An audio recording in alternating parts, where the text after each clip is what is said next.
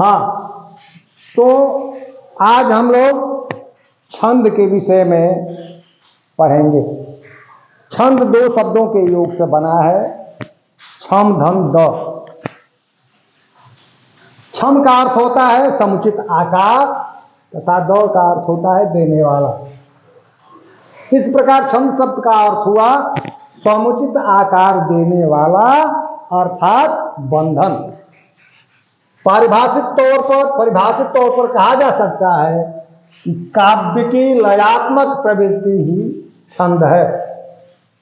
अब हम परिभाषा पर चलते हैं कि जिस रचना में मात्रा, वर्ण, यति, गति, तुक आदि नियमों का विचार करके शब्द योजना की जाती है उसे छंद कहते हैं, अथवा सुर लय युक्त पद को छंद कहते हैं।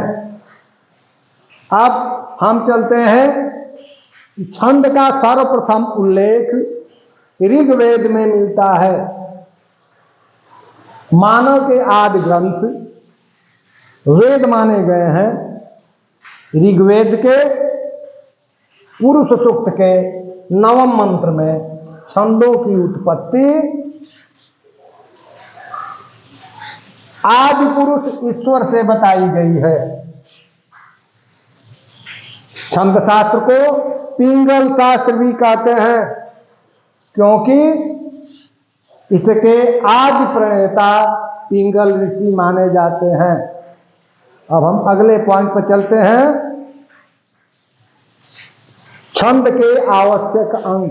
छंद के आवश्यक अंग निम्नांकित हैं: वर्ण, मात्रा, गति, यति या विराम चिन्ह, तुक, पाद या चरण और गण। अब हम पहले नंबर पर वर्ण पर चल रहे हैं। मुख से निकलने वाली ध्वनि को सूचित करने के लिए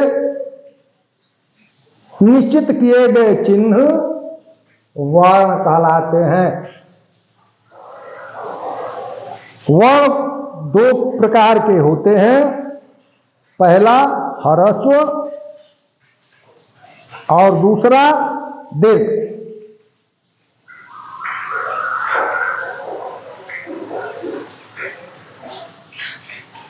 वर्ण को, ह्रस्व वर्ण को छंद शास्त्र में लघु एवं दीर्घ वर्ण को छंद शास्त्र में गुरु वर्ण कहा गया है। अब दूसरा पॉइंट है मात्रा। वर्ण के उच्चारण में जो समय लगता है उसे मात्रा कहते हैं। मात्रा केवल स्वर की होती है। लघु वर्ण की एक मात्रा और गुरु वर्ण की 2 मात्रा होती है। लघु वर्ण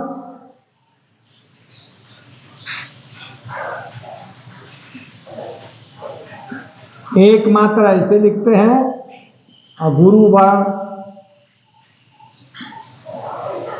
की 2 मात्रा होती है, उसे इस चिन्ह से प्रदर्शित करते हैं।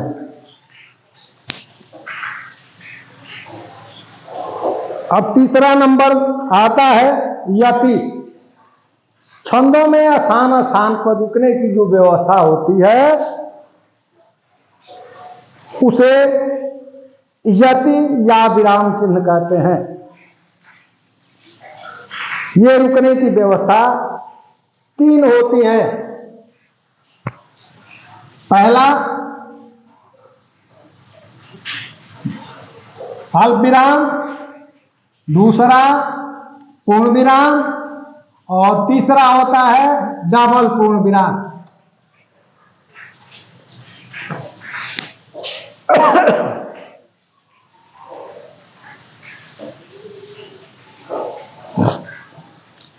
अब इसके बाद है गति। अगला नंबर है चौथा नंबर गति का। गति यति का विलोम होता है।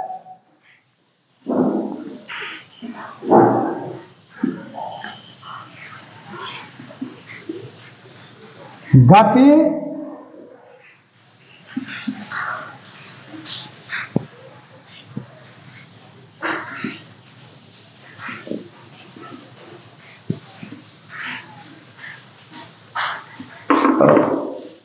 गति यति का विलोम होता है, परंतु छंद में यति और गति दोनों एक साथ रहते हैं।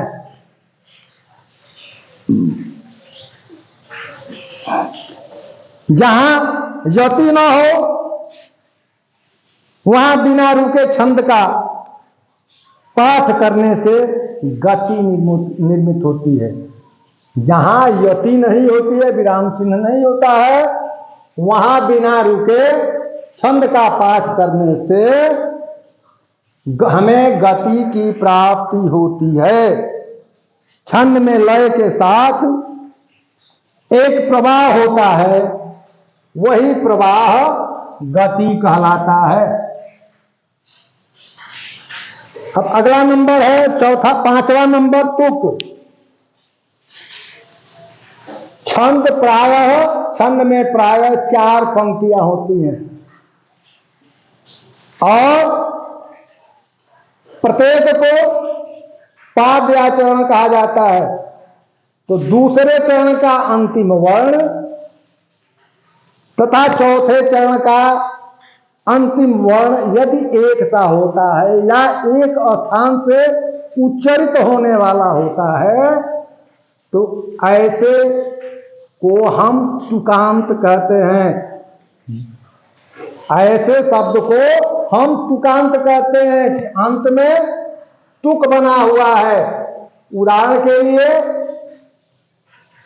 रायमन पानी राखिए,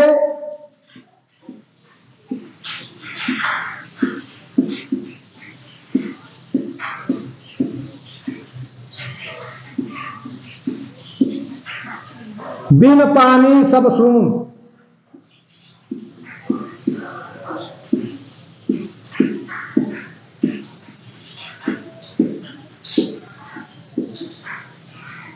पानी गए न उबरे,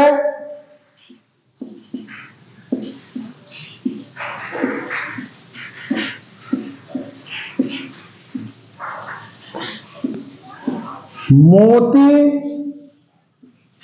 मानुष चून।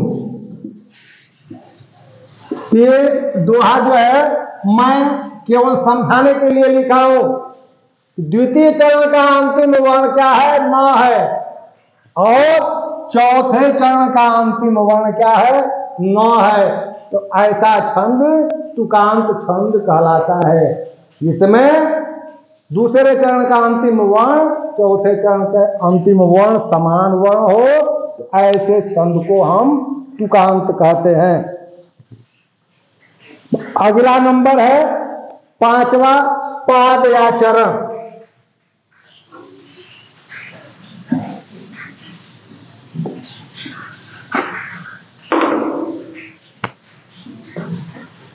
पाद या चरण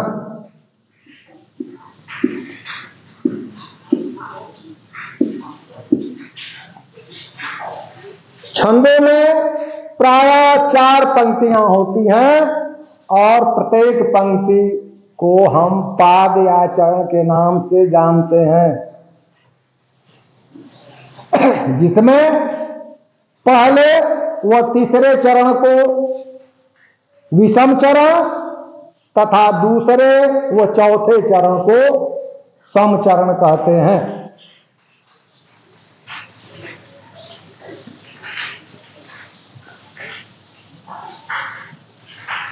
अगला नंबर आता है गण का। अब अगला और अंतिम नंबर क्या है? गण।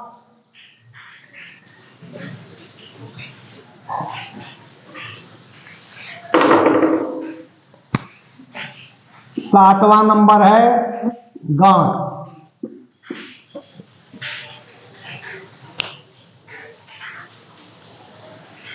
लघु गुरु नियत क्रम।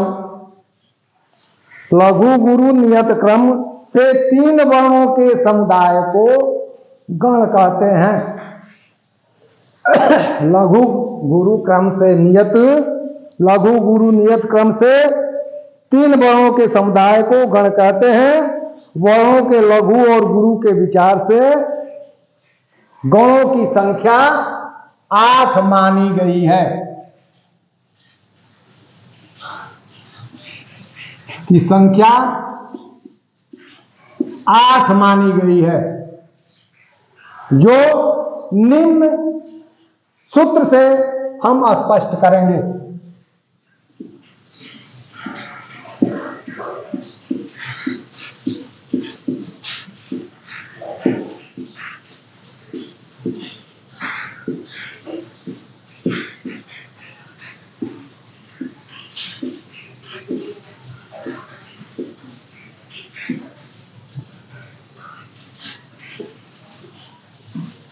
क्या कह रहा है कि गुरु लघु क्रम से वर्णों के 3 वर्णों के समुदाय को गण कहते हैं।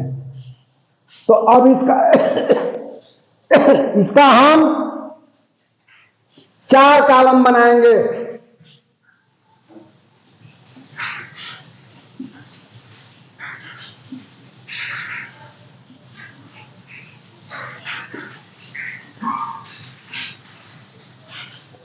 पहला का नामकरण करेंगे गण का नाम,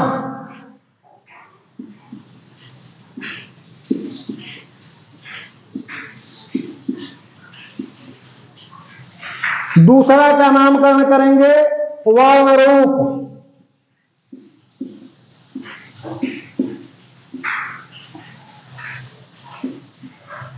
और तीसरा नामकरण होगा संकेत।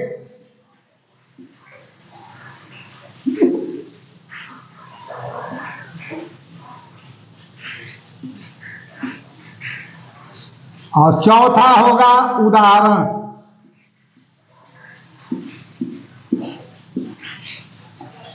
अब देखिए यहां गुरु लघु क्रम के 3 वर्णों के समुदाय को गण कहते हैं। तो यहां से 1 2 3 यमाता। अब चूंकि यो से प्रारंभ हो रहा है तो गण के आगे हम यो जोड़ देंगे। तो पहला नामकरण क्या होगा? यगण। यगण। इसका वर्ण रूप क्या है? यमाता।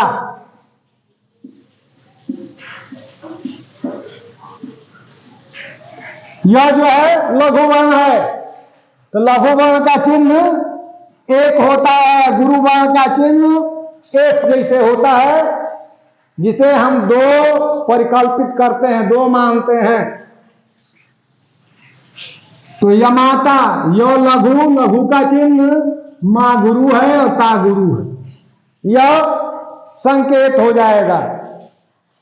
अब इसका ऐसा कोई उदाहरण हम प्रस्तुत करेंगे जिसका पहला वर्ण लघु हो और दूसरा गुरु और तीसरा गुरु हो।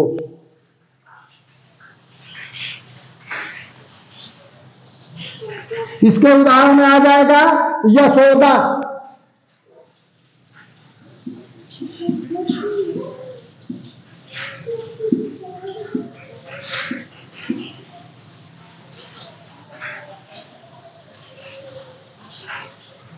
और आ जाएगा निराला।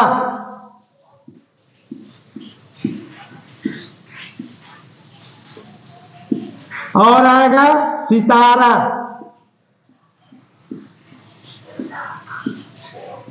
तीनों उदाहरण देख लीजिए। पहला वर्ण लघु, दूसरा गुरु, तीसरा गुरु। यहां पहला लघु, दूसरा गुरु और तीसरा गुरु। यहां भी पहला लघु, दूसरा गुरु, तीसरा गुरु। अब इसके बाद यो को हम निकाल देंगे। अब दूसरा नंबर पर आएगा मां तारा। मां से शुरू होगा मां तारा। इसका नामकरण होगा मगन।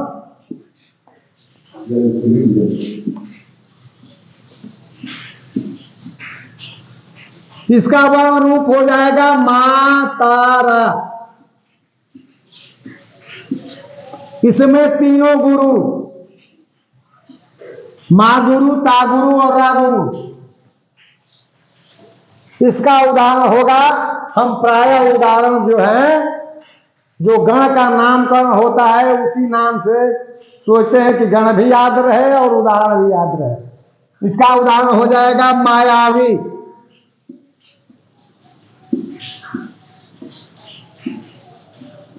इसमें तीनों गुरु हुए ना, माँ गुरु, या गुरु और बड़ी वी गुरु।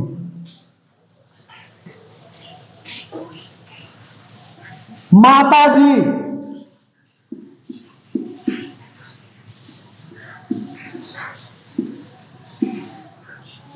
अगला उदाहरण होगा सेनानी।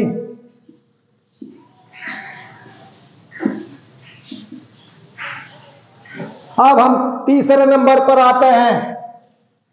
अब मां तक हो गया तो अब यहां तीसरे शुरू करेंगे। ताराज, तगण,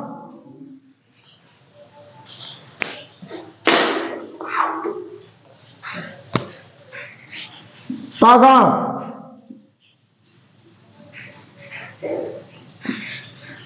ताराज,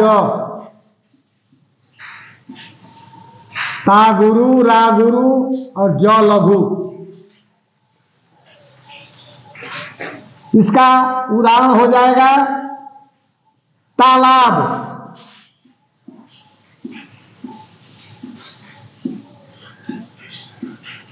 ता गुरु, ला गुरु और ब लघु।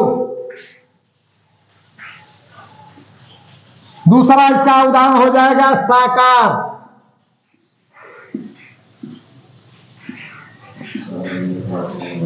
सा गुरु, का गुरु और र लघु। आगे हम चलते हैं चौथे नंबर पर। तगण तक हो गया है। अब इसके बाद नंबर आता है रगण का। राजो भा, रगण, राजो भा,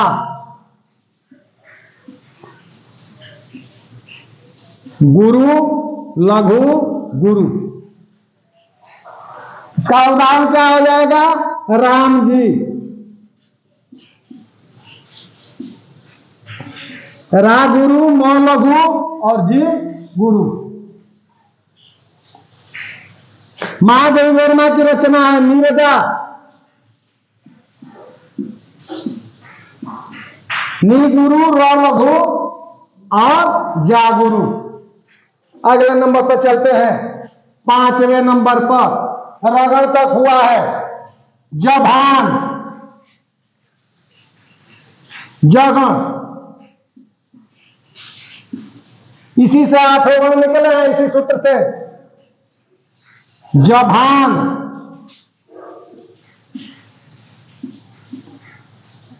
इसका संकेत क्या होगा? लघु, गुरु, लघु। उदाहरण क्या हो जाएगा? जहाज, जलेश,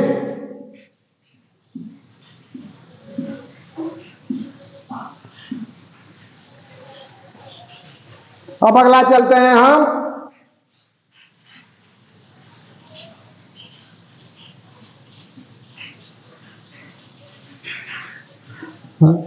छठा नंबर पर जगन तक हुआ है। यहां से भानस, भगण, भानस,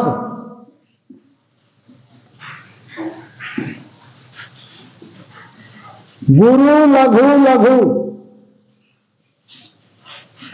उदाहरण हो जाएगा भारत। अगला उदाहरण हो जाएगा मानस।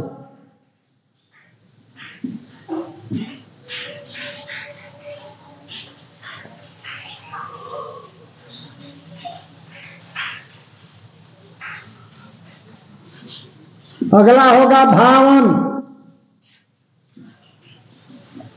अगला हो जाएगा सावन। अब आगे चलते हैं हम सातवें नंबर पर। भगड़ तक हो गया है।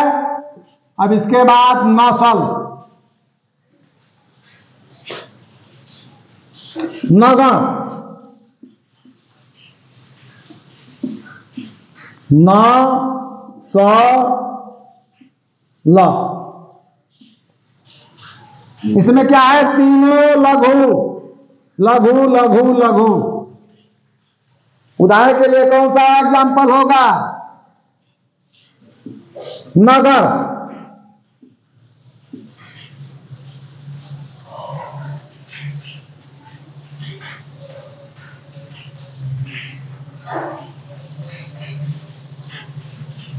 नयन,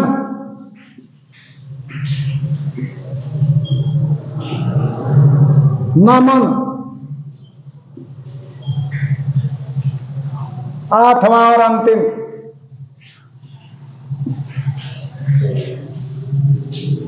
सलगा,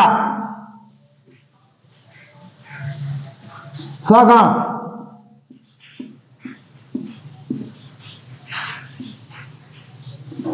सलगा। इसका मात्रा रूप होगा, संकेत क्या होगा? लघु लघु गुरु।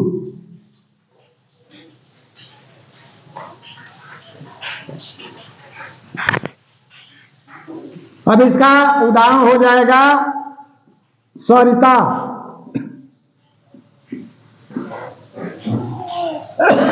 क्योंकि लघु लघु और गुरु है। अगला उदाहरण हो जाएगा कमला,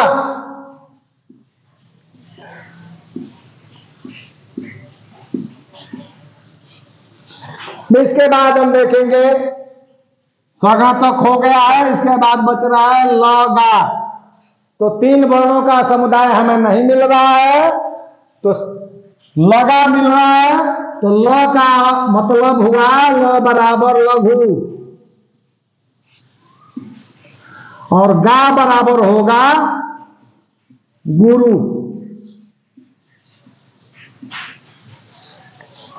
भाई छंद जानने के लिए अगर जिसको गण की जानकारी नहीं होगी तो वह छंद नहीं तैयार कर पाएगा। इसके साथ ही मैं अपनी वाणी को विराम दे रहा हूं अगले वीडियो तक के लिए।